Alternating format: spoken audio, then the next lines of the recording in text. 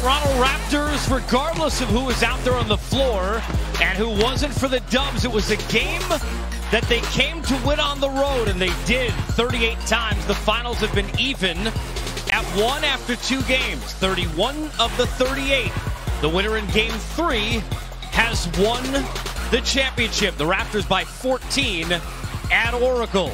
Inspired performance by Steph Curry, historic in some ways, but with no KD and no Klay Thompson, no win for the Dubs. Suddenly challenged now down 2-1 with question marks about 2 of their stars heading into Game 4 and the rest of this series. The crowd filing out in a way they haven't in 6 finals games at home, and that is with a loss. They had come in winners of 5 straight this postseason at Oracle, 5 straight in the finals at home. It's their first loss in a finals at home in the KD era, even though asterisk, of course, he did not play. Meanwhile, up in the north, this should make everyone feel better in TO, not able to be here, hanging out together. Now 2 wins away from a place they've never been before. Here's a place you have been with us. It is game time here live at the finals, presented by YouTube TV. Casey Stern, C. Webb, Jet, Shaq. Guys, we knew, Shaquille, that it was going to be a tough task without Klay. You knew you were going to have to get a monster, unbelievable game from Steph. They lost, but you got that monster, unbelievable, and really an inspiring performance from Steph as well. You know, Steph played well. You know, he was going to have to come out and do that. He was home. He was comfortable. But the others for the Golden State the Warriors presses. Didn't. There was a man that's responsible let's get to the story. for the real game Everybody tonight. at Golden State should hate Shaq.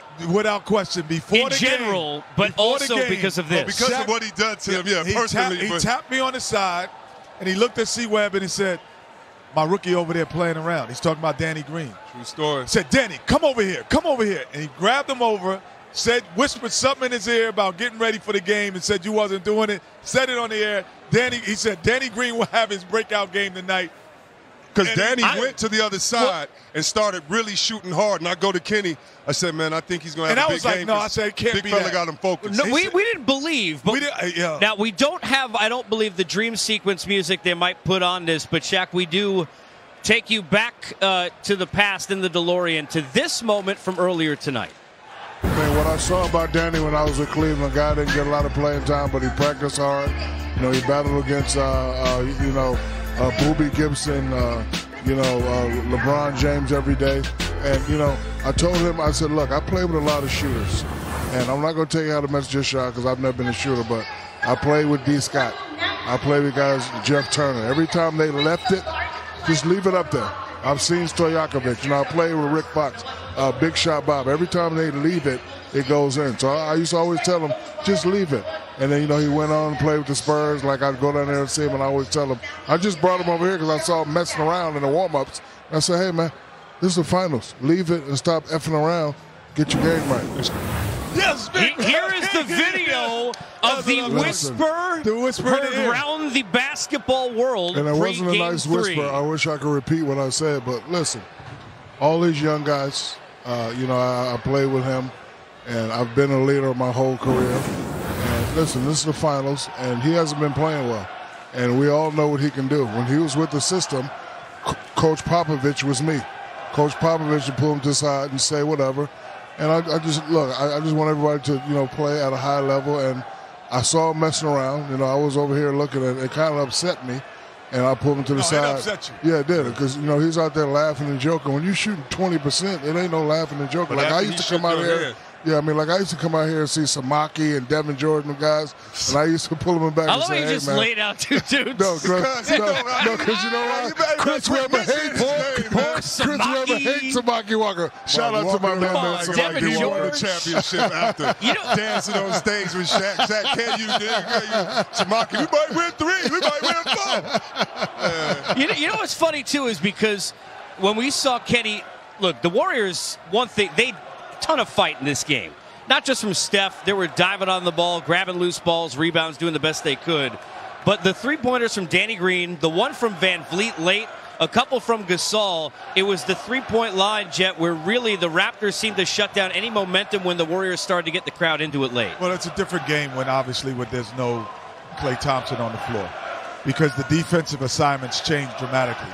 The passing lanes change dramatically because you have to start guarding both Klay and Steph at such a high area of the floor. It leaves so many more driving lanes for Draymond. But now one side of the floor all of a sudden shrunk in because you don't have to guard guys at the distance. So your help defense is better, your recovery defense is better. But when both of them, or three of them, when Durant is on the floor, it makes it virtually impossible to play the one thing that you learn when you first pick up the basketball to play defense: help and recover. You cannot do that when they have those shooters on the floor. So the basketball principles that you learn from Dor are thrown out the window. And this question goes to the panel. Have you ever been in a club and see somebody dance? They're in rhythm, and then they do a move, and then they're off rhythm? Yeah. Toronto played in rhythm all night. No ill-advised shots, draw, kick. When they got the lead with 4 or 5 minutes, when they had the lead in the fourth quarter, 5 minutes left, they came down, they took their time, and they played great. The others played great. Kyle Lowry. Yeah. This is why me and Kenny, give Kyle Lowry some love. This is why me and Kenny and Charles were always on Kyle Lowry, because the way he's playing now, we want to see him play like that all year. He's always up and down, but listen, this playoffs, today they needed him to step up. He stepped up well. Everybody played well. Everybody took rhythm shots. Everybody played their role. Ibaka was big defensively with those 4 blocks. Gasol was very aggressive, going at, DeMarcus, and they play well. They believe that they can win the championship, and they showed us tonight. And Lowry, not only was he big, but even after getting pushed by a fan, which everyone has seen that video by now, hopefully that guy not allowed back in the arena. Where, by the way, in this arena, they are chanting, "Let's go Raptors!" Toronto is holding at it down. Oracle, which means It's not over. that they are as excited as I'm sure. It's not over. I said, but Toronto fans. They deep in here. Well, they argue on set. Listen to Coach Nurse, who has no arguments after being up 2-1. Say, questions for Coach? We've got the boom mics around the room. Please raise your hand. We'll take the first question in the back on 4. Coach in the back, Arash Madani with Sportsnet. Danny Green said before the finals, people would stop him in the street and say, "Keep shooting, keep shooting, keep shooting." He said, "I'm going to keep shooting." What did you get from him as a shooter tonight? Well, I think Danny's buckets, I think, boosted our whole team's confidence because we're kind of used to most of the year relying on those. And I think when he banged a couple there and then he kind of kept it going, I think it was just a huge confidence boost all around. Over on the right side. Okay. Coach over here, Dan Devine from The Ringer. I had a question. Kyle Lowry, sort of a tough couple of games to start the series offensively with foul trouble. Did you have a sense that he was sort of going to be able to break out, and what did you see from him that led to his great performance tonight? Yeah. I had a little talk with him before the game, and his kind of comments to me was he was going to let it rip tonight. So that was good. You saw him aggressive in transition, but again, usually when he's going good, it means he's hitting the paint. He's attacking off the screen and roll and really getting downhill. That's usually a sign that he's got a lot of his offensive game and confidence going. Steve in the back. Obviously, a big night for the Raptors. Their fans here singing "Oh Canada" while Coach Nurse Stop it. is talking. Hey, listen.